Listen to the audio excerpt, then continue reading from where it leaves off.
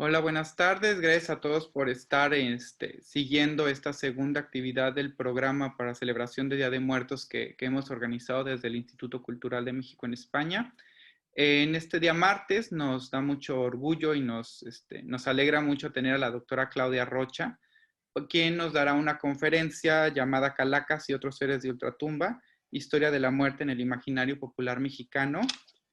Claudia Rocha es profesora e investigadora del Colegio de San Luis, pero les voy a leer una breve semblanza biográfica para que sepan más acerca de la trayectoria académica de la doctora Rocha.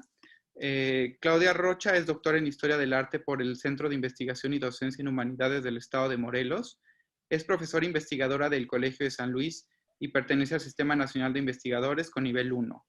Desde el 2020 es integrante de la Red de Investigadores y Gestores Culturales de la Huasteca y el Totonacapan y del proyecto San Luis Potosí, Segundos al Alba, Instantes para una Memoria Colectiva, en el que participa con Voces en la Distancia, Estrategias para enfrentar la contingencia COVID-19 desde las comunidades originarias de San Luis Potosí.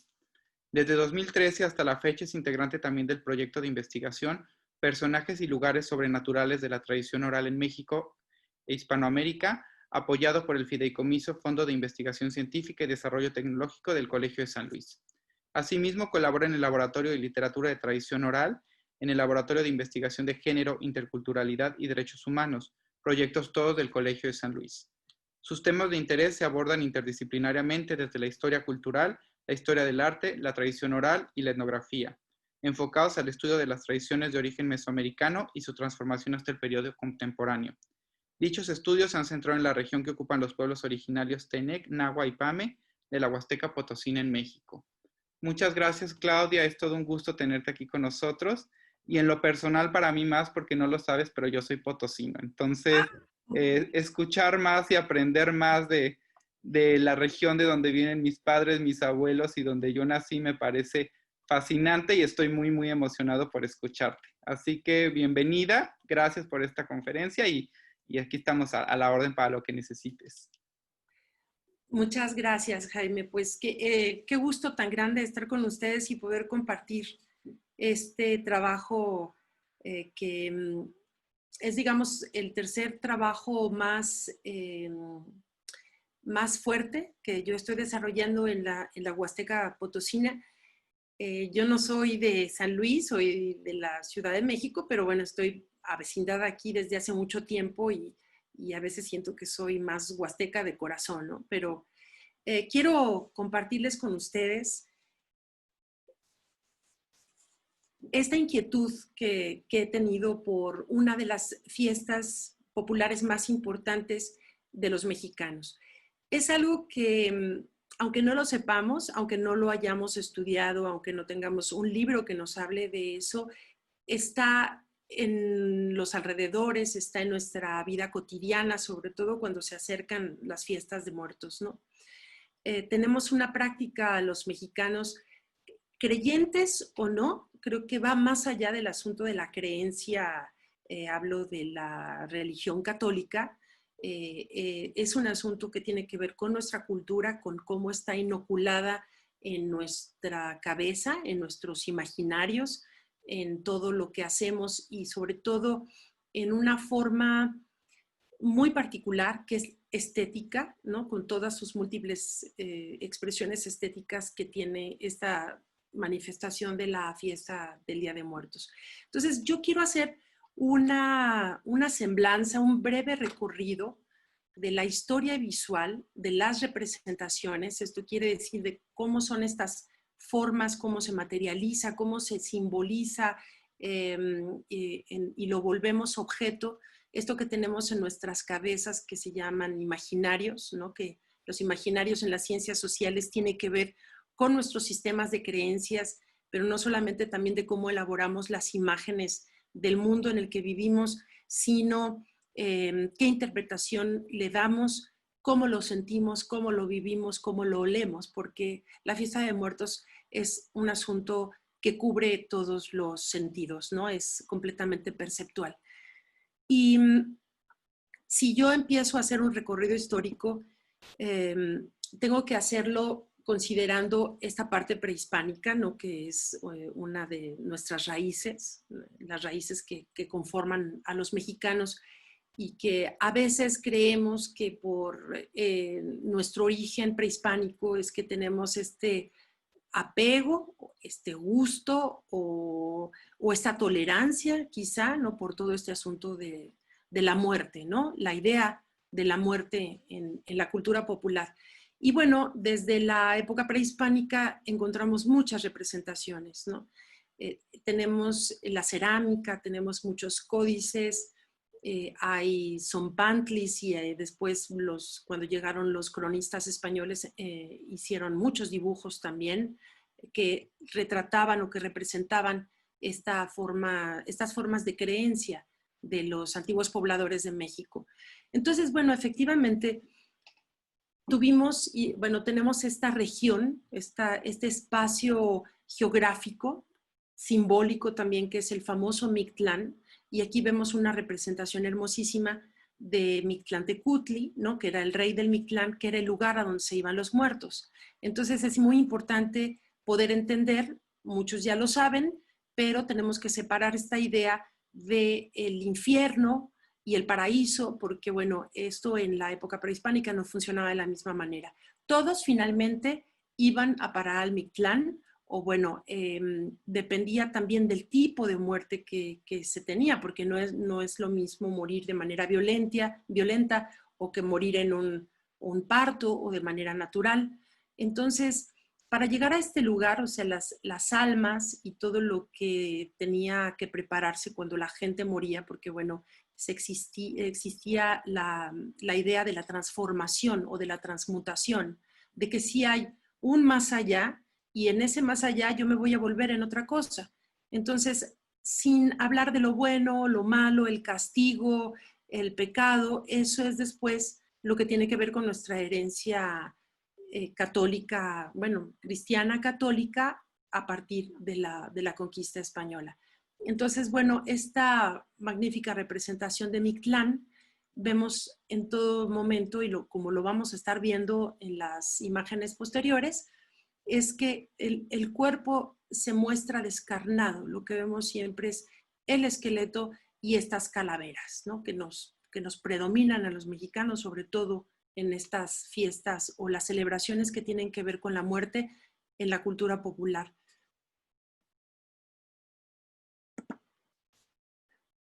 Esta siguiente imagen, bueno, es otra de estas representaciones. Representa la muerte de una mujer en parto. Se le tenía o se le destinaba a un lugar importante o diferente dentro del Mictlán, este lugar del inframundo a donde iban a parar las almas de los muertos. Y bueno, vean en todo momento el tipo de representación, o sea, la estética en donde predominan las calaveras, el cráneo, ¿no? Que el cráneo es algo que destaca, y más adelante, bueno, va a destacar el cráneo con todo su esqueleto, ya digamos así como que la calaca de cuerpo entero. Esta es una representación, digamos, de las más brutales, puedo decir, en términos de si encontramos descripciones de lo que es este personaje, que era el Xipe Totec, también asociado a la muerte, que era un personaje que se vestía con la piel de un ser que había sido, un individuo que había sido desollado. Entonces las representaciones del Xipe Totec suelen ser muy fuertes, y las descripciones que hicieron también los religiosos, los cronistas, digamos, entrado apenas el siglo XVI, son también bastante crudas, ¿no? En cuanto a la descripción de cómo era esta parte descarnada del personaje y cómo se le representa con los órganos expuestos. Entonces, todos estos son manifestaciones que se van quedando digamos, en nuestro arte, en la estética, no de esta manera tal cual, pero pasa más adelante, como lo voy a explicar, a convertirse en otro tipo de producto cultural cuando se crea esta amalgama o este mestizaje de los imaginarios de lo indoamericano y la cultura europea. Esa es una representación maravillosa, tiene que ver con la región huasteca. La región huasteca no solamente es el estado de San Luis Potosí donde yo estudio, esta es nada más una parte, una entidad federativa a la que le corresponde una porción de esta región, pero son 6 estados que comparten parte de esta región que es histórica, es cultural, pero bueno, pues está dividida en 6 entidades federativas.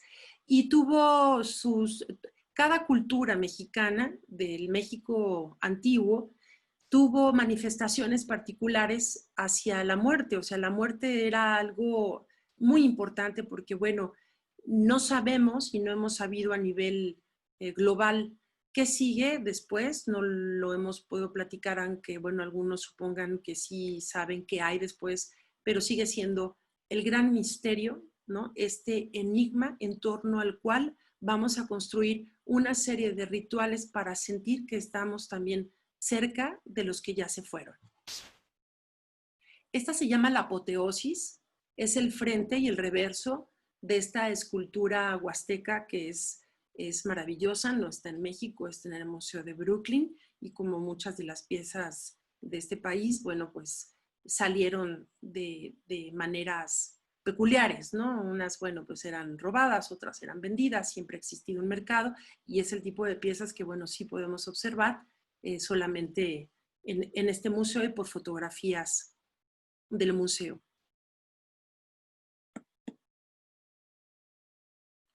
Ahora, esta figura de perrito es muy importante porque se tenía la creencia de que los muertos, una vez que entraban al Mictlán, tenían que pasar una serie de niveles o de puertas. Eran 9 niveles.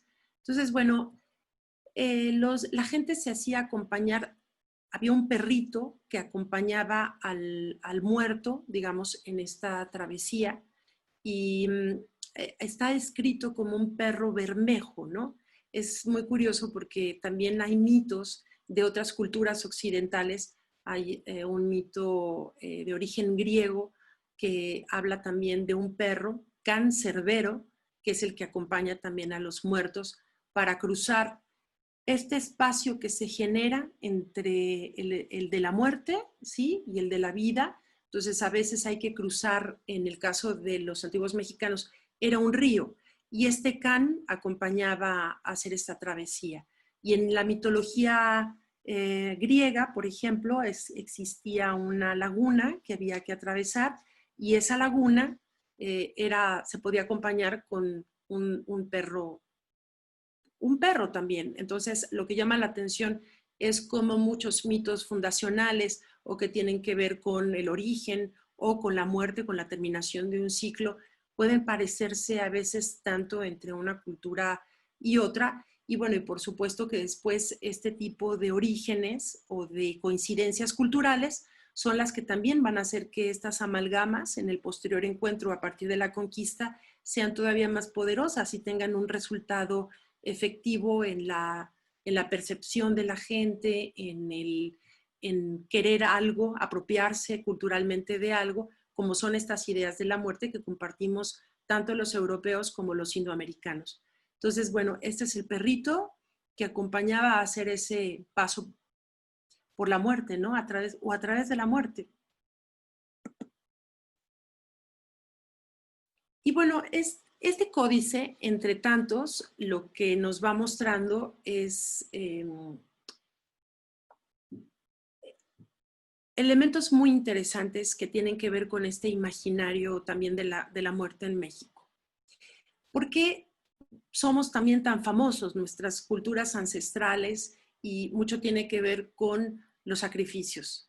No sé, yo creo que todos los países en el mundo que sepan algo de las culturas mexicanas y de su antepasado glorioso, sus culturas ancestrales, saben que los mexicanos y sobre todo, bueno, aquí estamos hablando de los mexicas, de eventos que sucedieron en Tenochtitlan en el momento de la conquista y cómo, bueno, ellos, hay investigaciones importantes que nos dicen de los sacrificios y no solamente los sacrificios en general, sino los tipos de sacrificio, porque bueno, aquí estamos viendo un personaje, pero a veces se sacrificaba de manera colectiva, ¿no? Y pensamos a veces que se trataba solamente de esclavos o de guerreros valerosos, ¿no? De gente que era tomada después de una guerra. Entonces estos prisioneros pasaban a ser sacrificados, o también la existencia de doncellas, ¿no? Doncellas que tenían que ser sacrificadas para los dioses, y niños, había sacrificios de niños también. Todo esto pues, es una realidad en términos de que tenemos estos documentos que se llaman códices o también se llaman libros pintados, que nos lo ilustran, y además la gente que los ha interpretado así lo indica, que sí existía esta práctica, y yo creo que es una práctica que traemos a cuestas los mexicanos, aunque en la actualidad ya no existan los sacrificios como tal, ¿no? Bueno, además darle toda esta connotación de ritualidad a los sacrificios que, bueno, como decía un colega mío en algún momento, no creo que todos fueran tan contentos al cadalso, ¿no? O al sacrificio. Sacarle el corazón a una persona, pues yo creo que era un acto brutal desde entonces, ¿no? Y lo sigue siendo en la actualidad fuerte, ¿no? Provoca dolor. Por ahí me encontré en algún momento un relato de Fray Diego de Durán, quien menciona que se les proporcionaba una droga, ¿no? Un brebaje para aminorar el dolor y para entorpecer un poco la mente. Entonces, bueno, esto les podía dar un poco más de aspecto de ir gustosos para llegar a este punto, pues, de su vida en la que tenían que ser ofrendados a alguno de los dioses, ¿no? Bueno, esta es otra de las imágenes. Bueno, pues ahí es que hay muchas imágenes, hay muchos códices. El anterior era un códice que se llama Magliabechiano y este es el códice Durán. Y bueno, vean ustedes, más o menos es explícito, ¿no? Esta propuesta estética de los códices no dejan a veces lugar a la imaginación. Y bueno, la tipología del sacrificio pues está estudiada y era amplia, ¿no?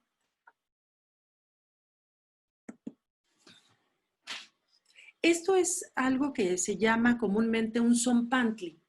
Y un zompantli es esto, una hilera de cabezas que se hacía con los cráneos de la gente sacrificada.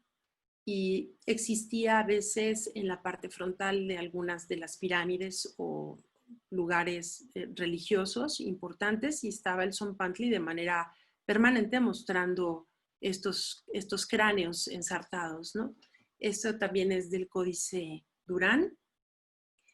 Y, y yo insisto, cómo en todo momento estamos viendo la parte interna del cuerpo humano una vez que se muere y que se despoja de toda esta parte de la carne, ¿no? Cómo van quedando los huesos expuestos y cómo está expuesto el hueso, ¿no? Todos los huesos y el cráneo en muchas de las formas o expresiones estéticas, no solamente de México, en el mundo lo hemos hecho porque es la manera en la que representamos a la muerte, ¿no? Es la calaca, es el cuerpo desnudo, el cuerpo despojado de todo lo que le dio este impulso vital. Y esta imagen me gusta mucho, es también el Códice Magliabechiano, y es un personaje descarnado también, pero pueden ver como por la parte central está emergiendo una víbora, que pudo ser también una representación del mal, como lo ha sido también para algunas culturas de origen o culturas occidentales. Este personaje se llama Tzitzimeme, y del lado derecho tenemos una danza macabra, que es un grabado del siglo XV europeo, y es nuevamente cómo exponer estas calacas, que es la representación de la muerte, como la hemos visto a lo largo de la historia del occidente y de muchos pueblos indoamericanos. Entonces, es una suerte de exacerbación, ¿no? Del uso de la calavera para mostrar la muerte, lo que viene después, cómo nos va a ir, ¿no? En un futuro. Y Permítanme un segundo porque quiero hacer una...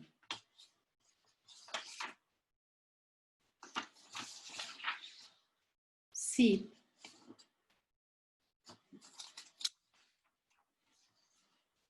Les quiero contar sobre un relato que tiene que ver con este personaje. Son las calaveras que empiezan a aparecer entonces en cierto momento, estamos hablando del México antiguo, y yo encontré un texto que me pareció muy bonito y muy descriptivo porque a mí me encanta esta representación, este pictograma, ¿no?, de la calaca, y que también en algunos pueblos de habla náhuatl he encontrado que la palabra tzitzime tiene que ver con las brujas, aún en la actualidad. Y una investigación que hace una persona que se encuentra un texto de un señor que se llamaba Luis Reyes, que traducido del náhuatl al español, se hace mención de un personaje del siglo XVI que se llamaba Juan Tetón.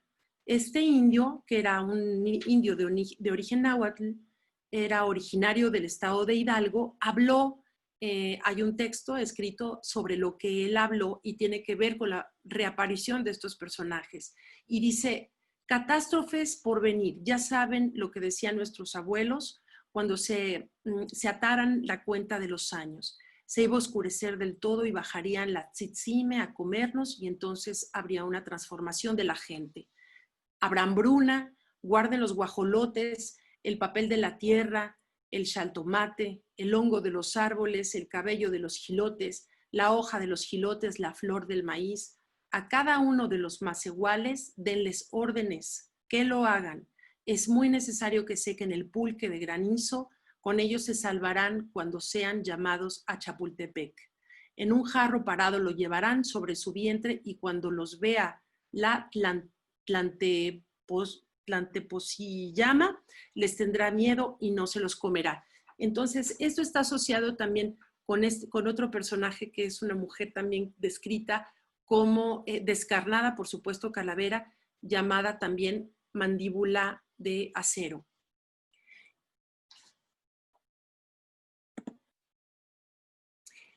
Son algunas representaciones ya europeas, medievales. Esta es la forma también que llega a México, ¿no?, que se empieza a usar para representar a la muerte dentro de la liturgia católica. O sea, bueno, es lo que también podía haber adornado las iglesias en ese entonces.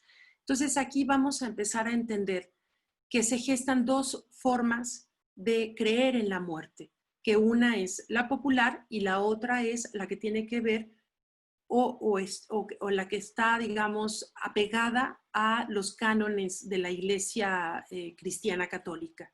Entonces, unas cosas suceden dentro de las iglesias, pero otras manifestaciones son las que se van a dar por fuera, digamos, un poco sí, aceptadas también por la iglesia, pero un poco mucho más libres porque tiene que ver con la forma en la que la gente, el pueblo, se organiza para cuidar o atender estos asuntos de la muerte. La muerte siempre ha sido muy importante. Entonces, aquí hay un dato muy interesante que yo no sé si ustedes sepan, pero desde el siglo XI es cuando los religiosos de la abadía de Cluny, está más o menos localizado en esta fecha tan temprana, es cuando deciden que es importante establecer una fecha para la iglesia en la cual sea necesario, o sea, y todos se junten a celebrar a los fieles difuntos. Y de aquí, estas fechas que tenemos de empezar las celebraciones a finales de octubre y a principios de noviembre.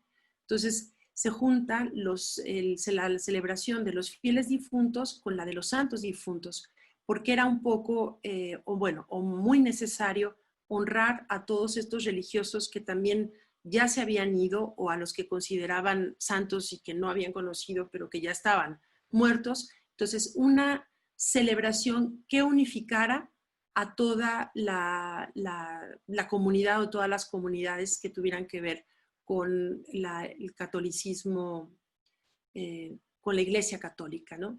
Entonces, esto nos sirve para poder entender cómo después estos imaginarios se trasladan al México que va a ser conquistado, y como durante 300 años vamos a encontrar esta mezcla que constituye más bien, que es una amalgama de creencias entre una ideología, que es la católica, y otra ideología, que es la indoamericana.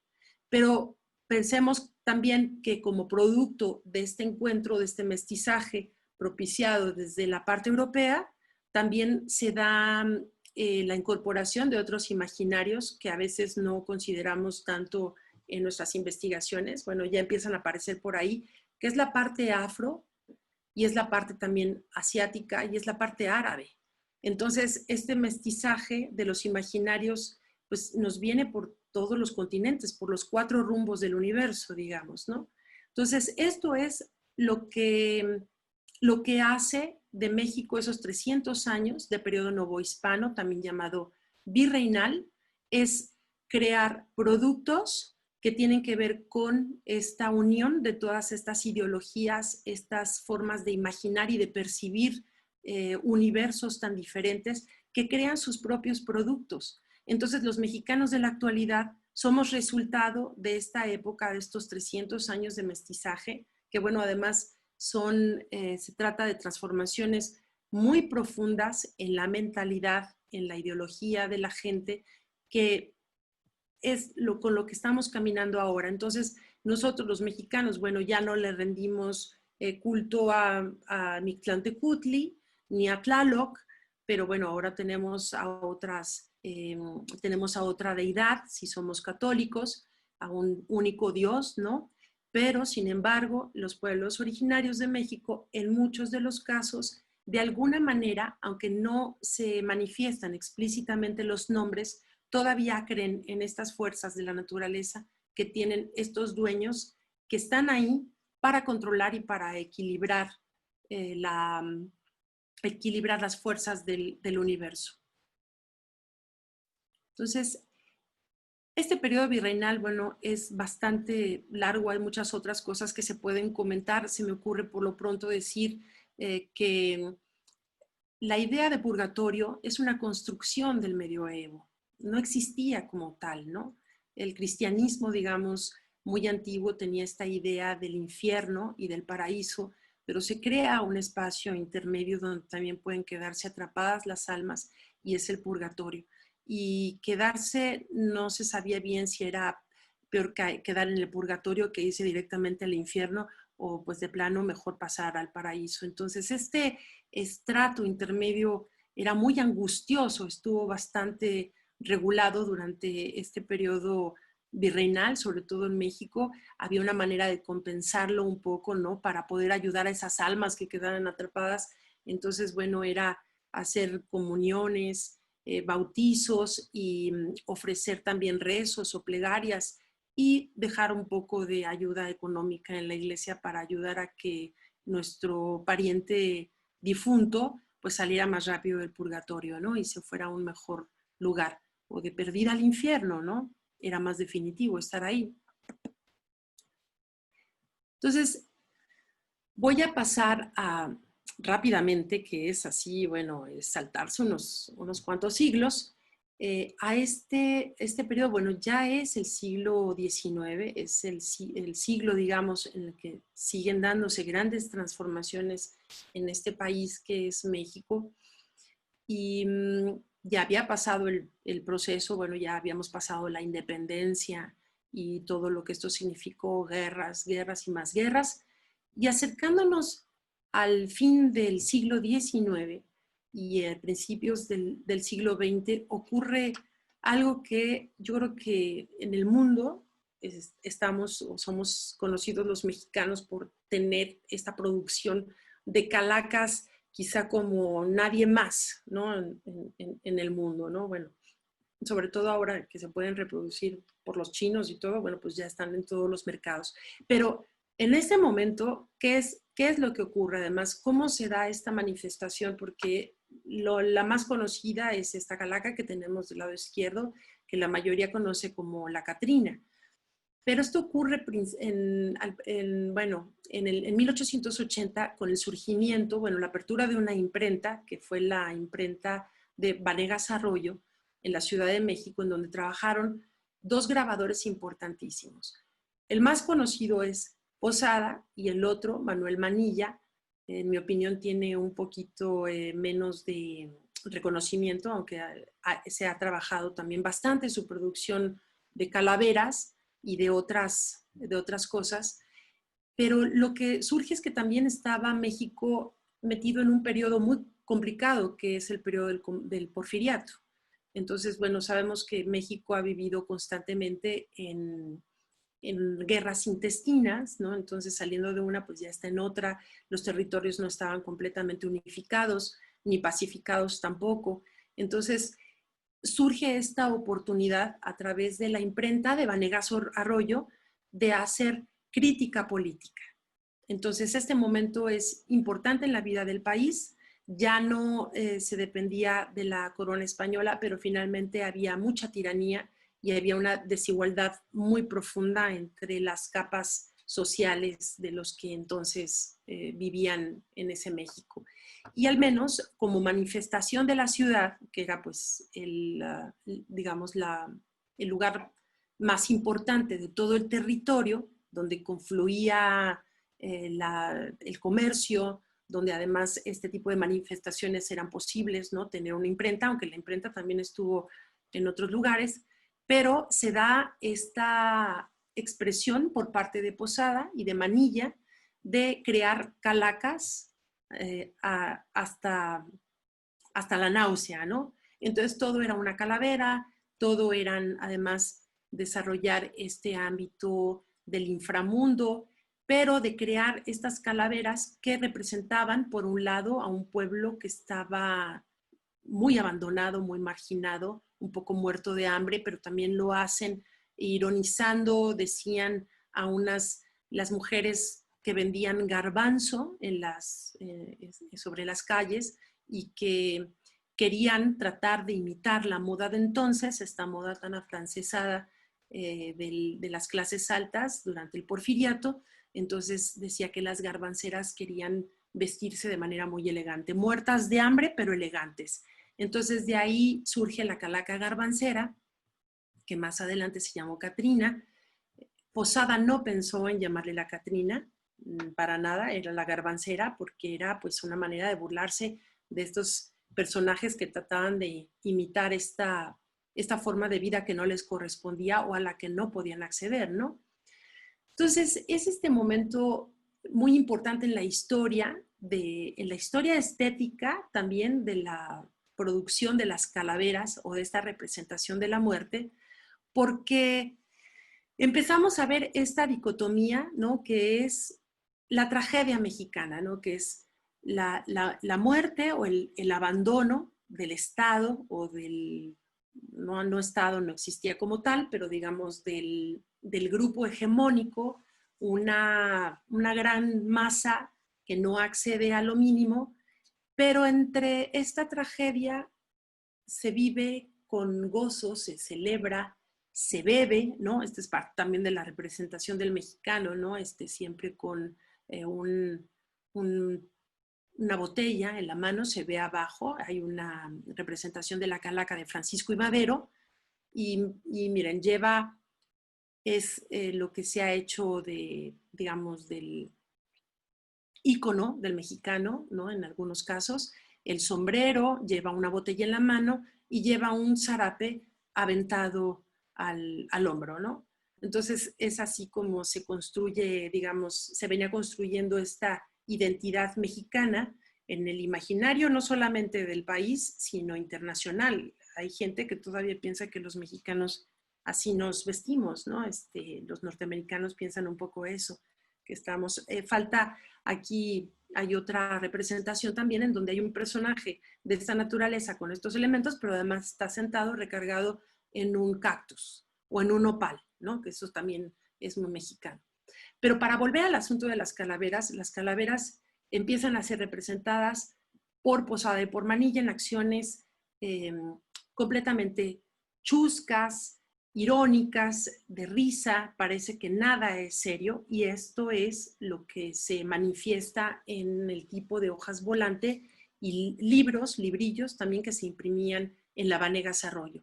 Entonces, bueno, los títulos son tan curiosos, ¿no? Como Jarabe de Ultratumba, o ahora sí ya llegó definitivamente el día final y ahora sí todos se van a morir. Y los que se van a morir están representados son calaveras. Entonces esas calaveras se van a volver a morir, ¿no? Entonces se establece un juego o digamos una narrativa bastante jocosa de cómo se mira el mexicano a sí mismo, ¿no? Muerto de hambre, pero en la fiesta parece ser, ¿no? Que esto es lo que retrata este momento de la vida del país y además yo digo que es un momento emblemático en el cual nos vamos a volver todavía mucho más calaveras que antes, ¿no? Porque va a empezar a reproducirse esta garbancera, como verán más adelante. De fondo, aquí superpuse la parte central de este cuadro. Es un cuadro ya elaborado en la primera mitad, bueno, en 1957, ya es el siglo XX, ya había pasado todo este fervor, bueno, no había pasado del todo, pero venía todo esto, la estética mexicana viene de la Escuela Mexicana de Pintura, en donde, bueno, los muralistas, como Diego Rivera, por supuesto, son las grandes figuras del momento. Esto nos lleva a conectarnos con este periodo que yo les acabo de presentar del Porfiriato y la producción de los impresos de la Vanegas Arroyo, este periodo entre siglos, y después recuerden que entramos al momento álgido de la Revolución, en 1910. Esta garbancera es creada por Posada en este año, en 1910.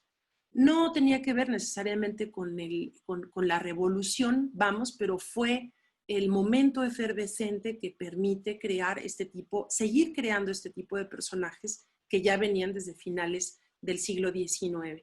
Entonces, esta garbancera traspasa algunas fronteras, después las fronteras, por supuesto, de las guerras mexicanas, después de la Guerra de la Revolución. Entonces, al pasar la Revolución, que es lo que pasa en México, inicia el gran momento mexicano, que es la creación del Estado Nacional, de lo que queremos lo que quería entonces el poder hegemónico, de lo que fuera lo mexicano. ¿Cómo íbamos a representarnos a nosotros mismos? ¿Qué es lo que necesitábamos? Pues era rescatar nuestras clases populares, las raíces indígenas, y México y el nuevo mexicano iba a construirse a partir de estas bases de sus momentos prehispánicos. Entonces, es el gran momento de México, inicia el proyecto de construcción de nación y estos muralistas son parte importante de este momento y sobre todo vuelvo a la figura de Diego Rivera, porque Diego Rivera en toda su narrativa estética lo que hace es construir esta propuesta del pasado mexicano glorioso, ¿no? Y junto también al desarrollo de la tecnología o del progreso, como lo hicieron otros de los muralistas. Pero entonces, ¿qué es lo que hace Rivera? Recupera a esta calaca garbancera. Bueno, antes nada más se veía como el puro cráneo con un sombrero, ahora ya se vuelve una calaca porque ya tiene cuerpo y la vuelve la Catrina. Entonces, esta Catrina, que es la que va a representar, pues es una dama bien vestida, de ahí viene la palabra Catrín, para nosotros los mexicanos es alguien bastante bien ataviado. En algún momento encontré una descripción que hablaba de un Catrín como de algún inútil, ¿no? Un bueno para nada, pero bien vestido.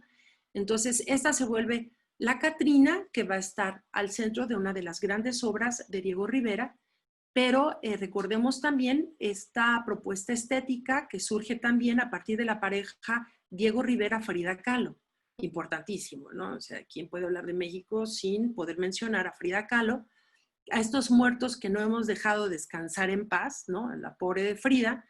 Frida es colocada también en este escenario de la nueva mexicanidad. Y bueno, Frida hace su propia producción y creación.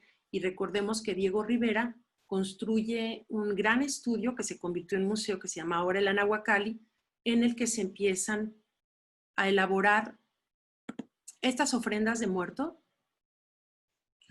que decimos, bueno, son expresiones de la mexicanidad en todo su esplendor, ¿no?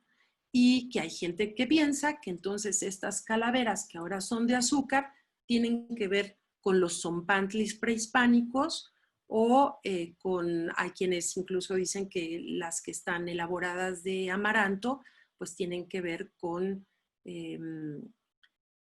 los corazones que antes se comían los mexicanos que sacrificaban, pero bueno, pues ahora son de azúcar, entonces esto es lo que ya nos seguimos comiendo, pero ahora ya es dulce, ¿no? Entonces ya se vale comérselo porque están muy pintaditas y son de azúcar. Yo no sabría decir si esto está exactamente conectado con el zompantli, tenemos esa herencia, pero también tenemos que recordar ese momento que yo les mencionaba del siglo XI de la abadía de Cluny, que también es un periodo, el XI es el medioevo, en el que también empiezan a crearse dulces importantes y dulces que simulaban a lo mejor alguna parte del cuerpo, eran una suerte de reliquias que tenía que ver con algún santo al que se le hacía alguna ofrenda. Entonces nosotros ahora tenemos unos hermosos panes de muertos que simulan los huesitos de una persona, así colocados en la parte de arriba, y más que estar relacionados con lo prehispánico, están relacionados con esta herencia europea que nos viene de este medioevo que yo estoy describiendo. Y estas calaveras de azúcar, este tipo de ofrendas, son ofrendas al estilo Diego Rivera y Frida Kahlo, que se produjeron muchísimo en el centro del país, que es la Ciudad de México, pero hacia afuera, en los pueblos, estas calaveras de dulce y esta locura, digamos, o este barroquismo que hacemos los mexicanos de los altares de muertos, no existe o no se ve muchas veces en los altares al interior de la República. Esto se puso de moda y ahora son motivo de muchos concursos. En todas las embajadas hacen estos altares, se hacen llegar de los papeles picados que nos llegaron de China y que tampoco se colocan en los altares de muerto de las comunidades pequeñas si nos alejamos de las ciudades importantes de los estados mexicanos, ¿no? Miren, les voy a mostrar. Incluso los altares han sido motivo también de instalaciones. Pierden un poco su esencia popular y empiezan a andar un camino que los coloca también dentro de propuestas de arte. Entonces, los altares en algunas ocasiones son verdaderas instalaciones que podrían estar perfectamente colocados en algún museo de arte contemporáneo. Esta es una instalación de Humberto Espíndola, aunque es un altar, pero bueno, él la creó ex profeso para mostrarla como si fuera, como una pieza de arte, ¿no? Y no podemos decir que no sea una pieza de arte, pero viene de una expresión de la cultura popular. Estos son ejemplos de algunos altares y sus ofrendas que se pueden ver, por ejemplo, en la Huasteca Potosina, que es el área que yo les decía que yo más he trabajado.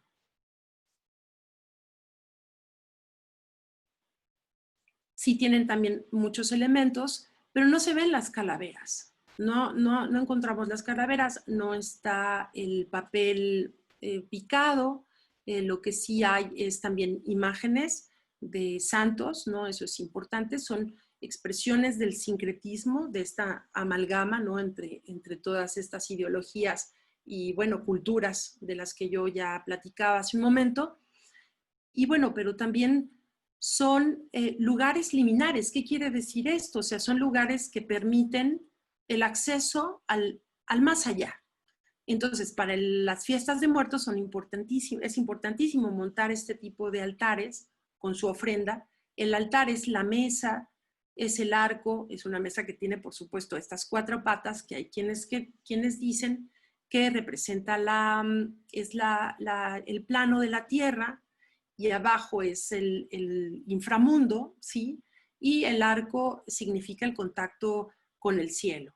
Hay altares que tienen también varios niveles, ¿no? Hablan de 9 y de 13 niveles incluso.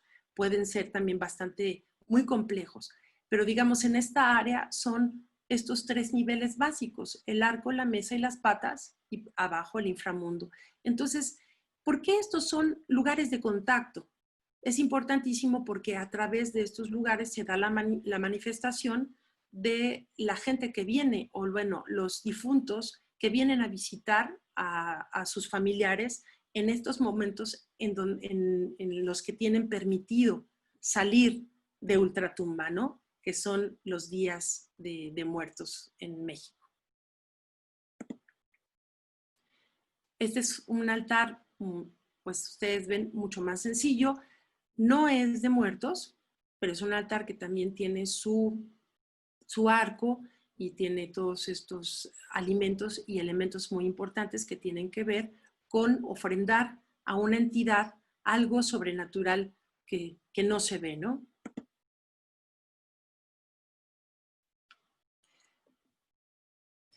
Y miren, esto es un momento muy interesante. Voy a tratar de hacerlo así más rapidito porque creo que tengo varias imágenes pendientes. Se los quiero comentar brevemente. Este es un pequeño pueblo en un municipio que se llama Tamazunchale, en esta Huasteca Potosina. La fiesta se llama Xantolo, algunos habrán escuchado hablar de ella. No todos los habitantes de la Huasteca festejan Xantolo, es donde está concentrada la población indígena del estado, pero hay nahuas, está el pueblo Tenec y está el pueblo Pame. Y aunque las manifestaciones para la fiesta, celebrar a los muertos, se parezcan en algunas cosas, también tienen sus particularidades. Y los nahuas, por ejemplo, hacen una ceremonia que se llama la bajada de las máscaras. Entonces, son una serie de prácticas previas a la fiesta de muertos. Esto empiezan con más o menos en el periodo del santo patrono, que es San Miguel. Entonces hacen coincidir la bajada de las máscaras con la celebración del santo patrono. Y la bajada tiene que ver, esta fotografía del lado izquierda, que es bastante malita, lo reconozco, pero se alcanza a ver una escalera. Esta escalera llega a un espacio superior dentro de lo que se llama una casa tradicional en la Huasteca, que está hecha con carrizos y tejida con palma o con zacates. En esta parte de arriba, ascendiendo por la escalerita, es donde se depositan las máscaras año con año. Y ya cuando se está acercando la fecha, bueno, cuando van a celebrar la primera bajada de las máscaras, hay una persona encargada de subir a bajar una por una de las máscaras que irán colocando en este suelo, en el suelo como se ve del lado derecho. Las van sahumando, ¿no? Es muy importante, en todo momento se usa el copal. El copal también sirve para limpiar, para purificar. Entonces se van sahumando, les escupen también aguardiente sobre ellas y van bajando también otros elementos como este látigo, al que le llaman también chirrión, que va a usar un personaje al que le dicen el cole. El cole es el diablo, es uno de los personajes más importantes en este periodo. Entonces, bueno, aquí lo que vemos es también en esta celebración, en un pequeño pueblo, un barrio, porque es un pueblo que está dividido en barrios y cada barrio hace su propia celebración, son similares, pero bueno, cambian unas y otras algunas cuestiones, pero en general todos comparten esto de bajar las máscaras, porque estas máscaras son las que van a usar los danzantes, que van a colocarse para encubrir su personalidad y para prestarle el cuerpo durante los días de muertos a esta alma que viene a visitar a sus familiares. Entonces, va a usar el cuerpo prestado siempre y cuando tengan la máscara. Si se quita la máscara puede ocurrir algo. Ellos creen en todo momento que también las máscaras las debe usar la misma persona siempre, hasta que es cambiado, porque se hace un ritual para poder cambiar, pero no es de que si yo tengo una máscara te la presto porque piensan que algo puede ocurrir. Hay muchos relatos en ese sentido que son muy interesantes de cuando han, perdón, han prestado las máscaras y pues algunas situaciones, algún infortunio, le cae encima a la persona que usa una máscara ajena, ocurren cosas muy raras. Entonces, mejor que las máscaras las use al que le corresponde. Este es el Cole, es el diablo, es un personaje que anda entre todos, tiene un diálogo permanentemente, tiene una serie de una narrativa en lengua náhuatl que entienden pocos porque cada vez van dejando de hablar la lengua, pero digamos que él mantiene todavía este compromiso, tiene que ser una persona comprometida, que hable la lengua y además esté dispuesto a asumir el personaje del Cole hasta que haya un sustituto. A veces pasan 4 años y no llega el sustituto y tienen que volver a representarlo. No es así nada más, ya me cansé. Aquí están todas las máscaras abajo.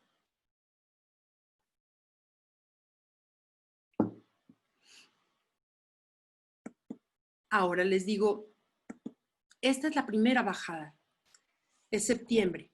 La segunda bajada se hace a fines de octubre y ya lo que sigue es colocarse las máscaras y disfrazarse para emprender, bueno, una serie de danzas que ahora últimamente se han convertido, conformado en comparsas, en donde participa mucha gente que sale a las calles a gritar, hacen muchos gritos, hay mucha música, hay un zapateado. Antes lo que hacían era tocar en las casas, solicitar dinero o comida, pero ahora como ya son tantos y como también ya está involucrada la presidencia municipal, pues quieren organizar a estas comparsas para que también se vuelvan un atractivo turístico.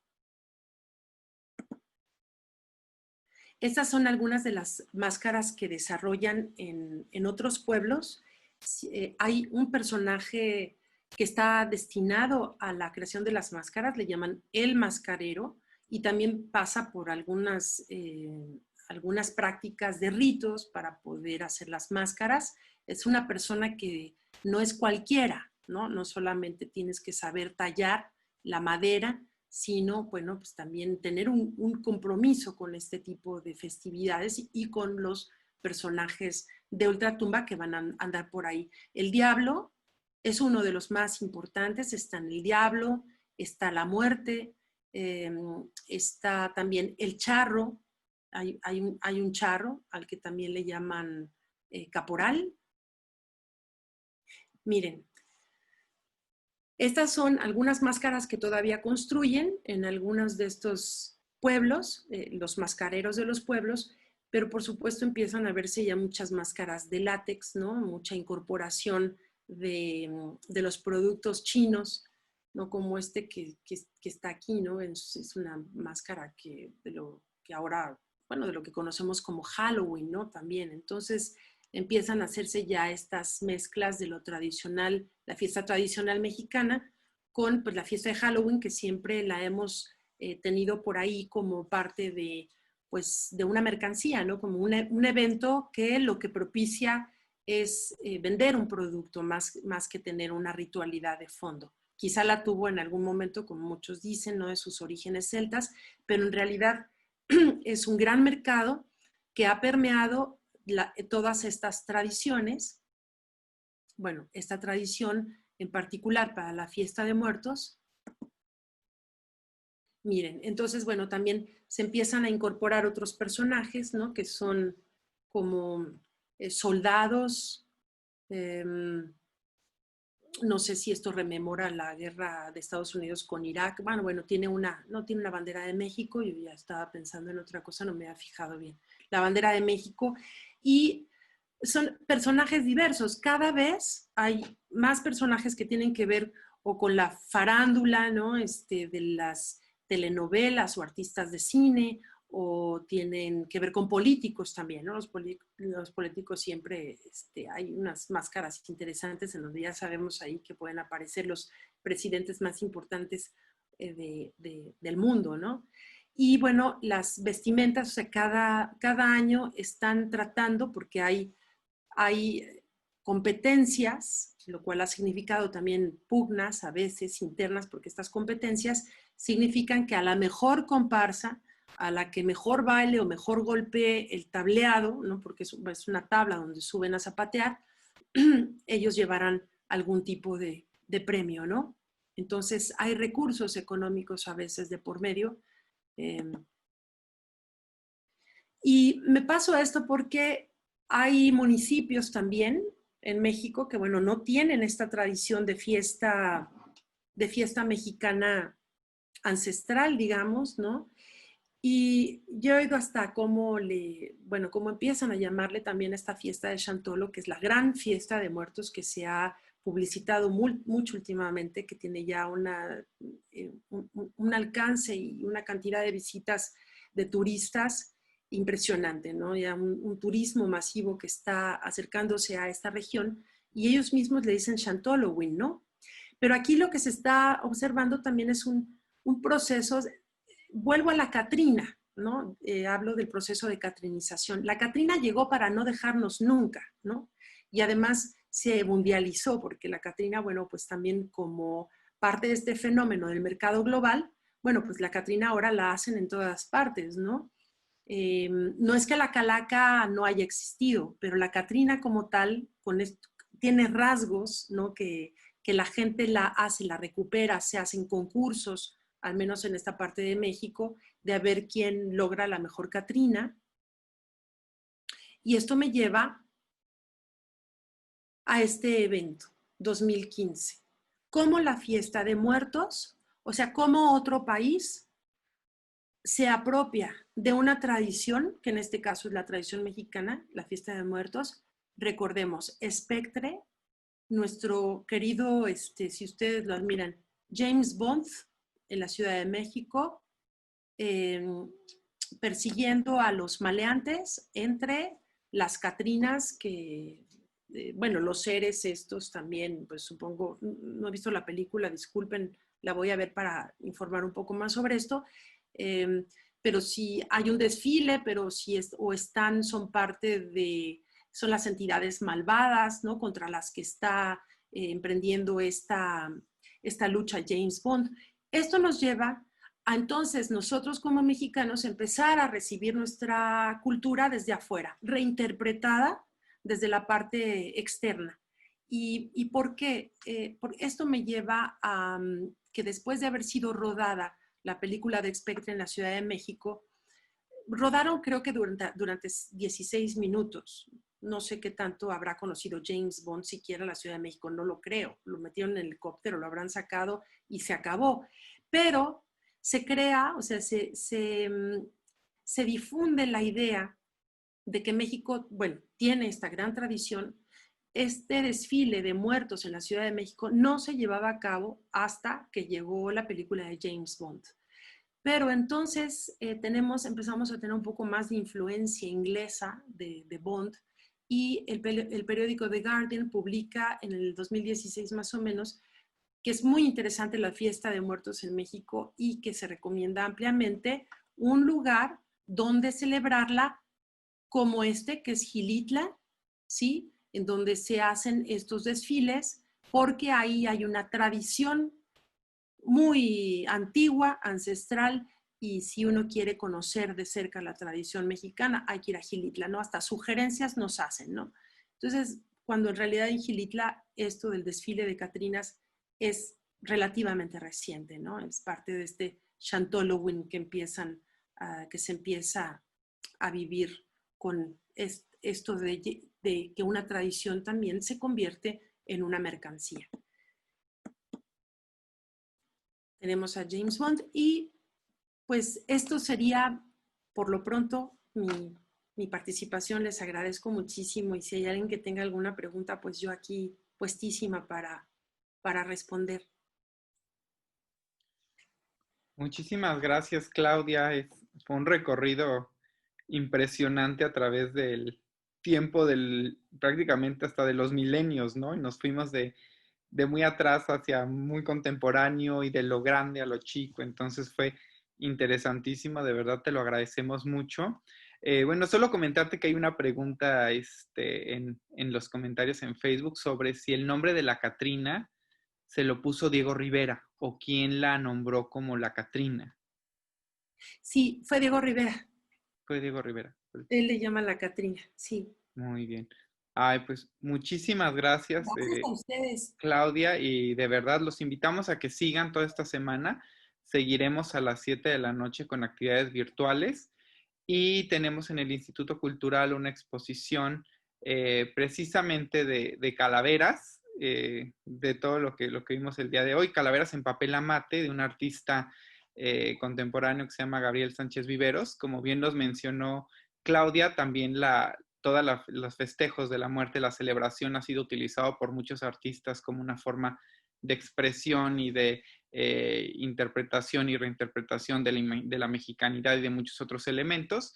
Y bueno, esta exhibición viene con una serie de calaveritas literarias, es decir, pones tu teléfono y te recita una calaverita literaria, da un elemento adicional. Entonces los esperamos aquí. Muchas gracias nuevamente, Claudia. Esperamos verte muy, muy pronto nuevamente acá en el instituto, aunque sea virtual. Si es presencial, pues mucho mejor. Y te mandamos un abrazo hasta San Luis. Gracias, que les vaya muy bien. Muchas Cuídense mucho. gracias. Hasta luego. Adiós.